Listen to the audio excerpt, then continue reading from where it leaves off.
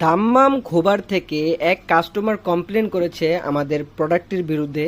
এখন আমরা প্রোডাক্টটি চেক করার জন্য আমাদের রেফারেন্স স্যাম্পল থেকে স্যাম্পল নিতে আসলাম। এটা হচ্ছে আমাদের রেফারেন্স রুম, যেখানে আমরা স্যাম্পল রেখে দেই। যেই স্যাম্পলটাই কোম্পানি বানায় প্রতিটা স্যাম্পলের পিস পিস আমরা এখানে রেখে দেই, যাতে করে কাস্টমার কমপ্লেন করলে আমরা এখান থেকে স্যাম্পল নিয়ে চেক করতে পারি। প্রতিটা স্যাম্পল এখানে স্টক থাকে।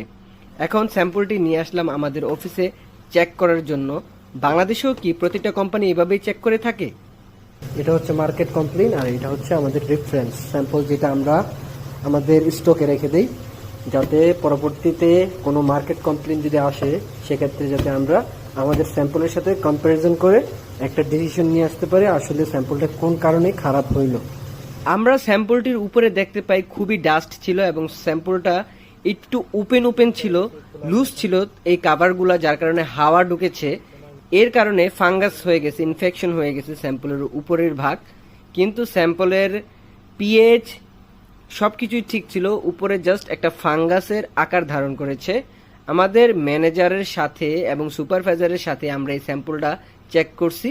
এখন ওপেন করছি আমাদের রেফারেন্সের স্যাম্পলটা, দেখুন কত ভালো এবং ফ্রেশ। আমরা রেফারেন্সে সঠিক টেম্পারেচারে সঠিক কোল্ড স্টোর মেনটেন করে আমরা সেখানে রাখি স্যাম্পলগুলা।